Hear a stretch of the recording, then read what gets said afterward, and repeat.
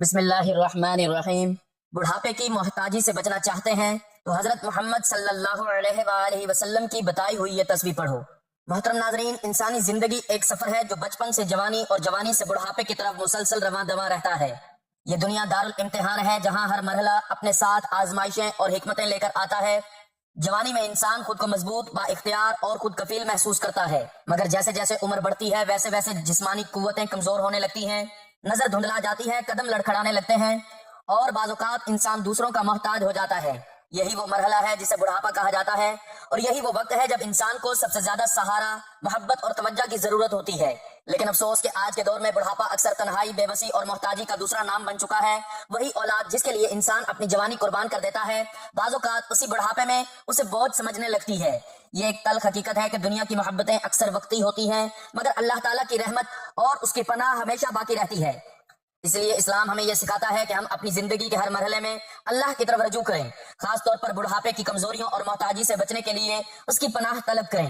قرآن پاک میں اللہ تعالیٰ نے انسان کی تخلیق اور اس کے مختلف مراحل کو بیان کرتے ہوئے فرمایا، ترجمہ: اللہ وہ ہے جس نے تمہیں کمزوری سے پیدا کیا، پھر کمزوری کے بعد قوت دی، پھر قوت کے بعد کمزوری اور بڑھاپا دیا۔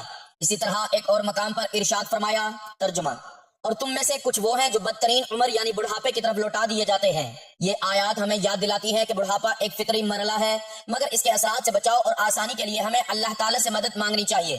یہی وجہ ہے کہ نبی کریم صلی اللہ علیہ وآلہ وسلم نے اپنی امت کو ایسی دعائیں اور تسبیحات سکھائیں جو انسان کو بڑھاپے کی ذلت، محتاجی اور کمزوری سے محفوظ رکھتی ہیں۔ رسول اللہ صلی اللہ علیہ وآلہ وسلم کی سنت مبارکہ میں ہمیں بار بار یہ تعلیم ملتی ہے کہ انسان اللہ تعالیٰ سے ہر قسم کی کمزوری اور محتاجی سے پناہ مانگے۔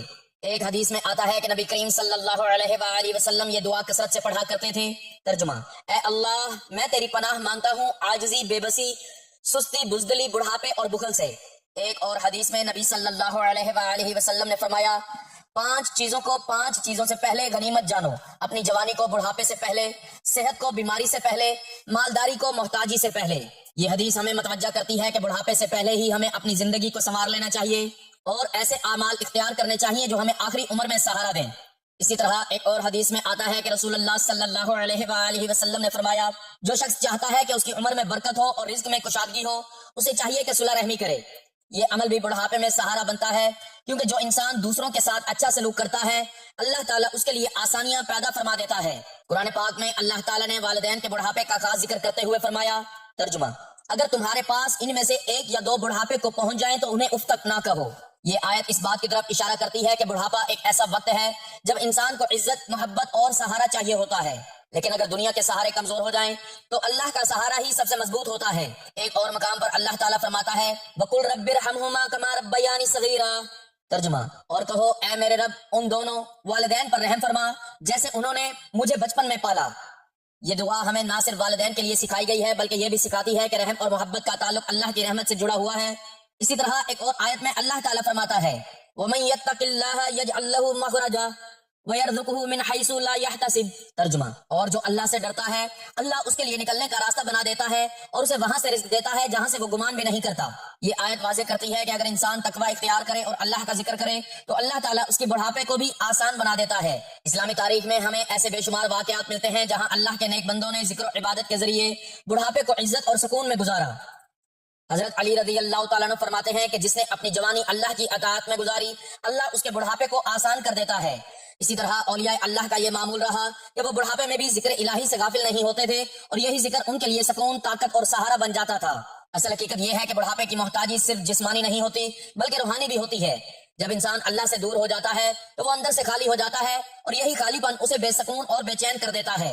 لیکن جو شخص اللہ کے ذکر کو اپنا ساتھی بنا لیتا ہے، اس کے لیے بڑھاپا بھی رحمت بن جاتا ہے، نہ کہ زحمت۔ اس لیے نبی کریم صلی اللہ علیہ وآلہ وسلم نے ہمیں مختلف اذکار اور تسبیحات سکھائیں جن میں اللہ کی پناہ طلب کی جاتی ہے، اس کی رحمت مانگی جاتی ہے اور اس کی مدد کی درخواست کی جاتی ہے۔ یہ تسبیحات انسان کے دل کو مضبوط کرتی ہیں، ایمان کو تازہ کرتی ہیں اور انسان کو ہر قسم کی محتاجی سے بچانے کا ذریعہ بنتی ہیں۔ آج کے اس دور میں جہاں رشتے کمزور ہو رہے ہیں اور خود غرضی بڑھ رہی ہے، وہاں اللہ کا ذکر ہی ایک ایسا سہارا ہے جو کبھی ساتھ نہیں چھوڑتا۔ اگر انسان دل سے اللہ کو پکارے، اس کا ذکر کرے اور نبی کریم صلی اللہ علیہ وآلہ وسلم کی سکھائی ہوئی تسبیحات اپنا معمول بنا لے تو اللہ تعالیٰ اس کی زندگی میں برکت عطا فرماتا ہے، اس کے بڑھاپے کو آسان کرتا ہے اور اسے دوسروں کی محتاجی سے بچا لیتا ہے۔ لہٰذا اگر آپ واقعی بڑھاپے کی محتاجی، تنہائی اور بے بسی سے بچنا چاہتے ہیں تو آج ہی سے اللہ اللہ کے ذکر کو اپنی زندگی کا حصہ بنا لیں۔ وہ تسبیح جو نبی کریم صلی اللہ علیہ وآلہ وسلم نے سکھائی وہ صرف الفاظ نہیں بلکہ ایک خزانہ ہے، ایک حفاظت ہے اور ایک ایسا ذریعہ ہے جو انسان کو دنیا اور آخرت دونوں میں کامیابی عطا کرتا ہے۔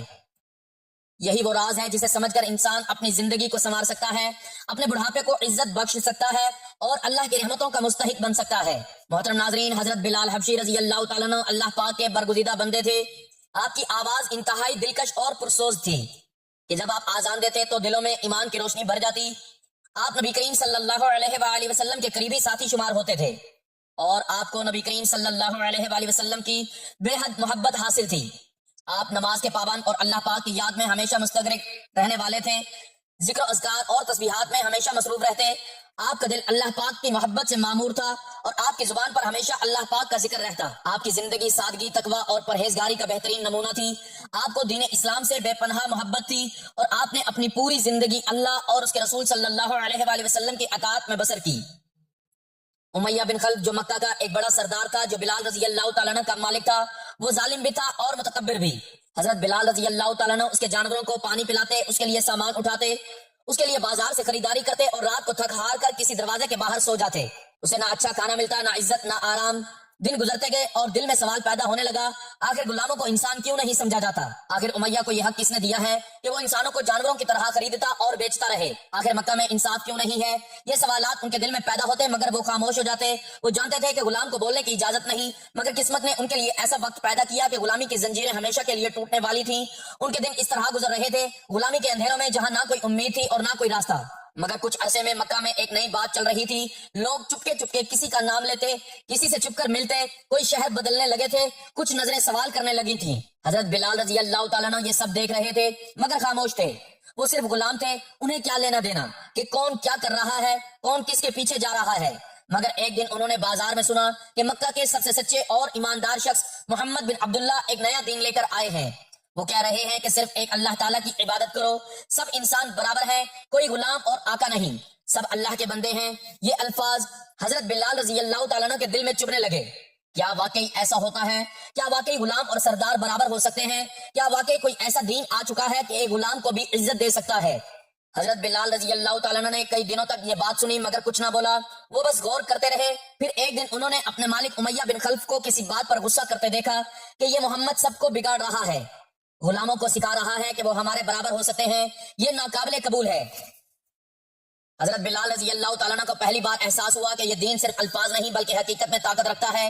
نامی گرامی جیسے ظالم سرداروں کو اس سے خطرہ محسوس ہوا تو یقیناً یہ کوئی بڑی چیز ہوگی۔ اب بلال کے دل میں ایک خواہش جاگنے لگی کہ وہ محمد صلی اللہ علیہ وآلہ وسلم کو دیکھنا چاہتا تھا، ان سے سننا چاہتا تھا کہ وہ کیا کہہ رہے ہیں۔ وہ جاننا چاہتا تھا کہ کیا واقعی وہ غلام کو بھی آزاد کرا سکتے ہیں، کیا واقعی انسانیت کی عزت کو بحال کرا سکتے ہیں۔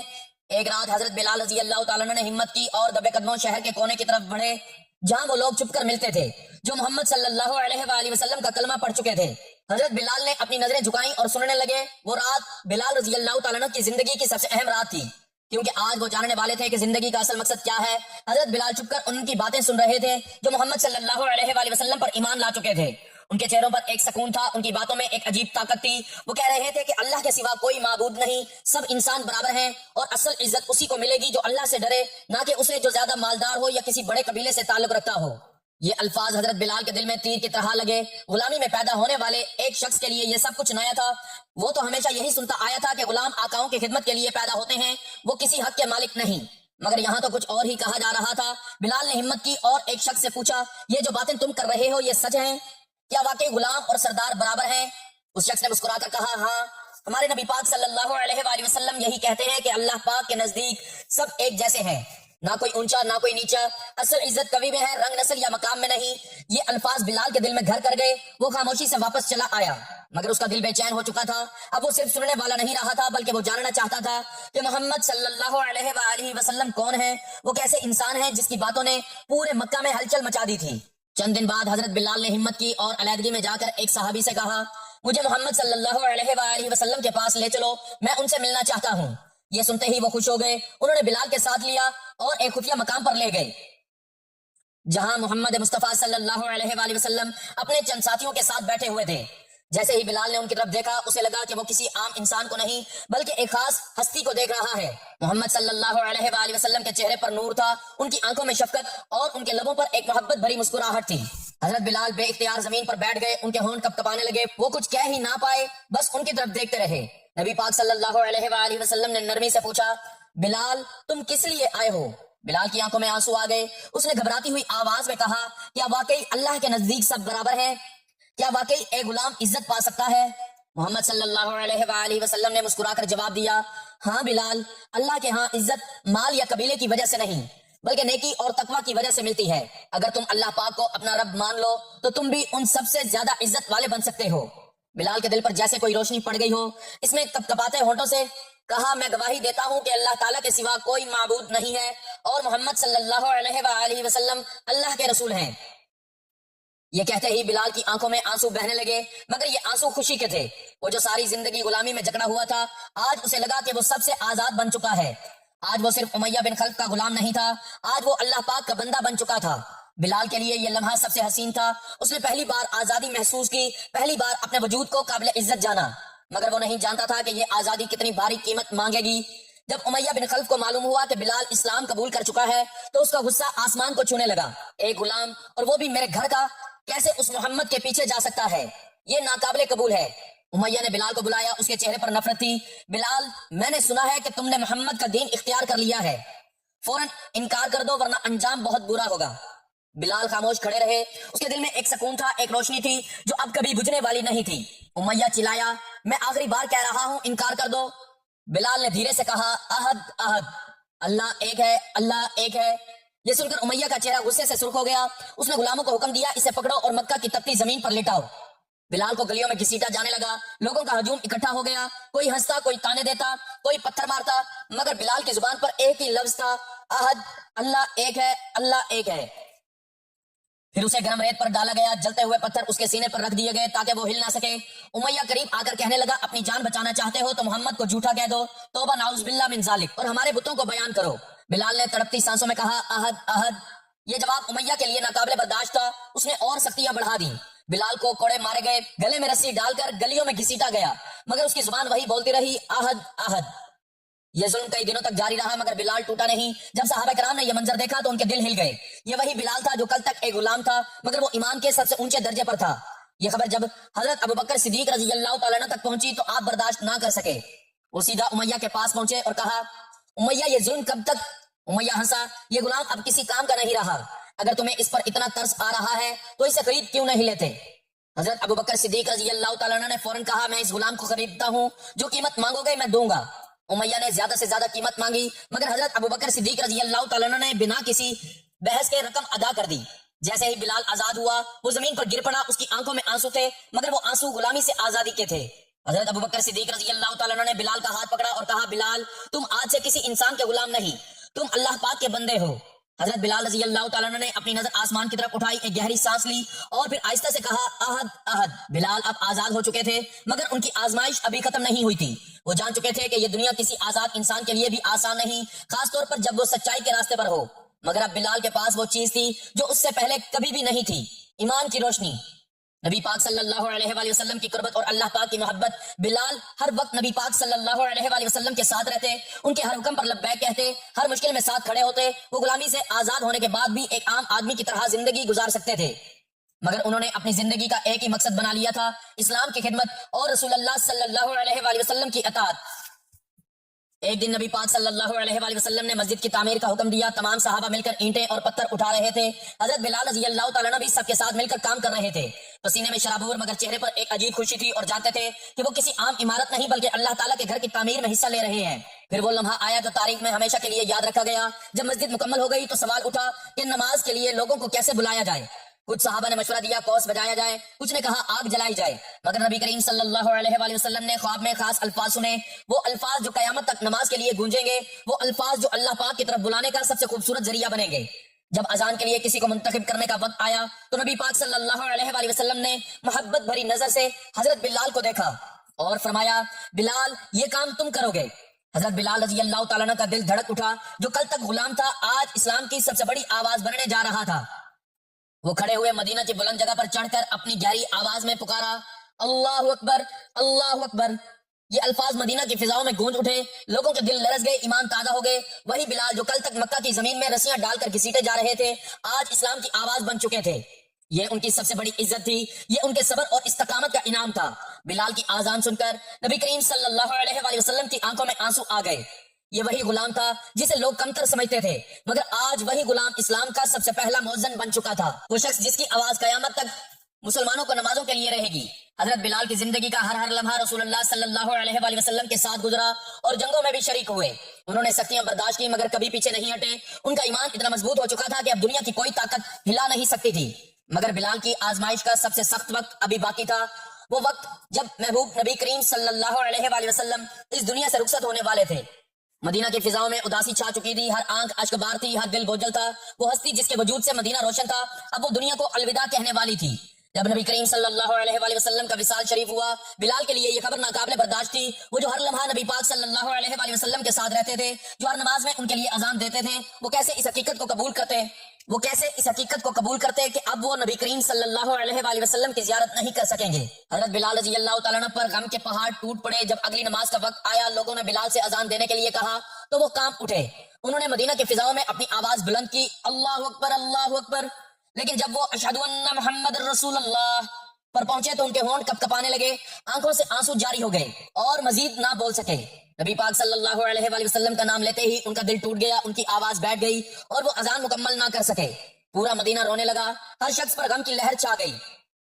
حضرت بلال رضی اللہ تعالیٰ عنہ نے فیصلہ کر لیا کہ وہ اب مدینہ میں نہیں رہ سکتے۔ ہر گلی، ہر راستہ، ہر جگہ انہیں نبی پاک صلی اللہ علیہ وآلہ وسلم کی یاد دلاتی تھی۔ انہوں نے حضرت ابوبکر صدیق رضی اللہ تعالیٰ عنہ سے درخواست کی کہ انہیں کسی اسلامی لشکر کے ساتھ جہاد کے لیے بھیج دیا جائے۔ حضرت ابوبکر صدیق رضی اللہ تعالیٰ عنہ نے بلال کو روکنے کی کوشش کی، مگر بلال نے کہا میں نہیں رہ سکتا، میں وہ نہیں بن سکتا جو میں رسول اللہ صلی اللہ علیہ وآلہ وسلم کے ساتھ تھا۔ اب میرا مدینہ میں دل نہیں لگتا۔ چنانچہ بلال مدینے سے چلے گئے اور وہاں جہاد میں حصہ لیتے رہے، مگر ان کا دل ہمیشہ مدینہ کی یاد میں تڑپتا رہا اور نبی پاک صلی اللہ علیہ وآلہ وسلم کی محبت میں اتنے سرشار تھے کہ ان کے بغیر کسی چیز میں دل نہ لگتا۔ محترم ناظرین، حضرت انس بن مالک رضی اللہ تعالیٰ عنہ روایت کرتے ہیں کہ نبی پاک صلی اللہ علیہ وآلہ وسلم نے ارشاد فرمایا کہ اس دعا کو پڑھنے سے انسان سستی، کمزوری، بزدلی اور بڑھاپے کی مشکلات سے محفوظ رہتا ہے، اس کی دنیا اور آخرت سمجھ جاتی ہے اور اس کی قبر کی منزلیں آسان ہو جاتی ہیں۔ نبی کریم صلی اللہ علیہ وآلہ وسلم نے ہمیں یہ دعا سکھائی جو ہمیں دنیا آخرت کی آزمائشوں سے بچانے کا ذریعہ بن جاتی ہے۔ اس دعا کو ہر مسلمان اپنی زندگی کا حصہ بنا لے تاکہ اللہ تعالیٰ کی رحمت اور حفاظت میں رہے۔ تو ناظرین محترم، وقت کی نزاکت کو مد نظر رکھتے ہوئے آپ کو بتاتے ہیں اس دعا کے بارے میں کہ جو اگر انسان پڑھنے کا معمول بنا لے تو بڑھاپے میں جب سب چھوڑ جاتے ہیں، حتیٰ کہ اولاد بھی چھوڑ جاتی ہے، تو انسان محتاجی سے بچ جاتا ہے۔ تو اس دعا کو آپ کسی نماز کے بعد پڑھنا چاہیں تو بھی افضل ہے، ورنہ جب جہاں جیسے آپ کو وقت مل جائے آپ چلتے پھرتے بھی اس دعا کو پڑھ سکتے ہیں۔ اس کے لیے آپ نے سب سے پہلے حضور پاک صلی اللہ علیہ وآلہ وسلم کی ذات اقدس پر درود پاک کا نذرانہ پیش کرنا ہے۔ درود پاک آپ مختصر سا بھی پڑھ سکتے ہیں، صلی اللہ علیہ وآلہ وسلم یا صلی اللہ علی محمد، لیکن درود ابراہیمی کی اہمیت و فضیلت بہت زیادہ ہے، اس لیے ثواب کے طور پر ایک مرتبہ میرے ساتھ بھی درود ابراہیمی پڑھ لیں۔ اللهم صل على محمد وعلى آل محمد كما صليت على إبراهيم وعلى آل إبراهيم إنك حميد مجيد اللهم بارك على محمد وعلى آل محمد كما باركت على إبراهيم وعلى آل إبراهيم إنك حميد مجيد۔ درود پاک پڑھنے کے بعد آپ نے سب سے پہلے ہاتھوں کی انگلیوں پر یا تسبیح کے دانوں پر گن کر صرف 21 مرتبہ حسبی اللہ لا الہ الا هو علیہ توکلت، ترجمہ اللہ ہی مجھے کافی ہے، اس کے سوا کوئی معبود نہیں، اسی پر میں نے بھروسہ کیا، پڑھ لینا ہے۔ اور اس کے بعد آج کے عمل کی تسبیح یعنی یہ دعا، اللہم انی اعوذ بک من العجز والکسل والجبن والحرم والبخل واعوذ بک من عذاب القبر ومن فتنة المحیا والممات، ترجمہ اے اللہ میں تیری پناہ مانگتا ہوں عاجزی، بے بسی اور سستی سے، اور بزدلی اور بڑھاپے کی کمزوری سے اور بخل سے، اور میں تیری پناہ مانگتا ہوں قبر کے عذاب سے اور زندگی اور موت کی آزمائشوں سے۔ اس کو آپ نے ہاتھوں کی انگلیوں پر یا تسبیح کے دانوں پر گن کر 71 مرتبہ پڑھ لینا ہے، اور پھر اس کے بعد ہاتھوں کی انگلیوں پر یا تسبیح کے دانوں پر گن کر پورے 100 مرتبہ یا حی یا قیوم پڑھ لینا ہے، اور پھر آخر میں اتنا ہی درود پاک پڑھ لینا ہے جتنا عمل کے شروع میں پڑھا تھا۔ ناظرین، ایک دن حضرت بلال رضی اللہ تعالیٰ عنہ خواب میں نبی کریم صلی اللہ علیہ وآلہ وسلم کی زیارت کرتے ہیں۔ نبی پاک صلی اللہ علیہ وآلہ وسلم ان سے فرماتے ہیں بلال یہ کیا بے وفائی ہے، کیا تمہیں ہماری یاد نہیں آتی؟ یہ خواب دیکھ کر حضرت بلال رضی اللہ تعالیٰ عنہ کی بے قراری حد سے بڑھ گئی، وہ فوراً مدینہ کے لیے روانہ ہو گئے۔ جیسے ہی وہ مدینہ پہنچے لوگ ان کے پاس دوڑ پڑے کہ بلال واپس آ گئے۔ حضرت حسن اور حضرت حسین رضی اللہ تعالیٰ عنہ نبی کریم صلی اللہ علیہ وآلہ وسلم کے نواسے حضرت بلال رضی اللہ تعالیٰ عنہ کے پاس آئے اور کہا بلال آج ایک بار آذان دے دو تاکہ مدینہ پھر وہ آواز سنے جو ہم سب کے دلوں کو سکون بخشتی تھی۔ حضرت بلال رضی اللہ تعالیٰ عنہ انکار نہ کر سکے، وہ مسجد نبوی میں کھڑے ہوئے اور اس کے بعد پھر اذان دی، اللہ اکبر اللہ اکبر، پورا مدینہ لرز اٹھا، لوگ اپنے گھروں سے باہر نکل آئے، ہر آنکھ اشک بار ہو گئی، ایسا لگ رہا تھا جیسے نبی کریم صلی اللہ علیہ وآلہ وسلم واپس آ گئے ہوں، جیسے وہی مدینے کا خوبصورت وقت لوٹ آیا ہو۔ حضرت بلال رضی اللہ تعالیٰ عنہ کی اذان سن کر ہر شخص رو رہا تھا، اور جب انہوں نے اشہد ان محمد رسول اللہ کہا تو مدینہ میں آہو بکا بچ گئی، لوگوں نے گریہ کیا جیسے ابھی نبی پاک صلی اللہ علیہ وآلہ وسلم کا وصال شریف ہوا ہو۔ یہ حضرت بلال رضی اللہ تعالیٰ عنہ کی زندگی کا سب سے جذباتی لمحہ تھا، اور اس کے بعد وہ زیادہ عرصہ زندہ نہ رہے، وہ شام واپس چلے گئے اور کچھ ہی دنوں بعد بیمار ہو گئے۔ جب وفات کا وقت آیا تو ان کی بیوی رو کر کہنے لگی، ہائے افسوس بلال جا رہے ہیں۔ حضرت بلال رضی اللہ تعالیٰ عنہ مسکرا کر کہنے لگے، افسوس نہ خوشی مناؤ، بلال اپنے محبوب محمد مصطفیٰ احمد مجتبیٰ صلی اللہ علیہ وآلہ وسلم اور ان کے صحابہ کرام رضوان اللہ تعالیٰ علیہم اجمعین سے ملوں گا۔ یہ کہہ کر حضرت بلال رضی اللہ تعالیٰ عنہ کی روح پرواز کر گئی اور خالق حقیقی کے پاس جا ملی۔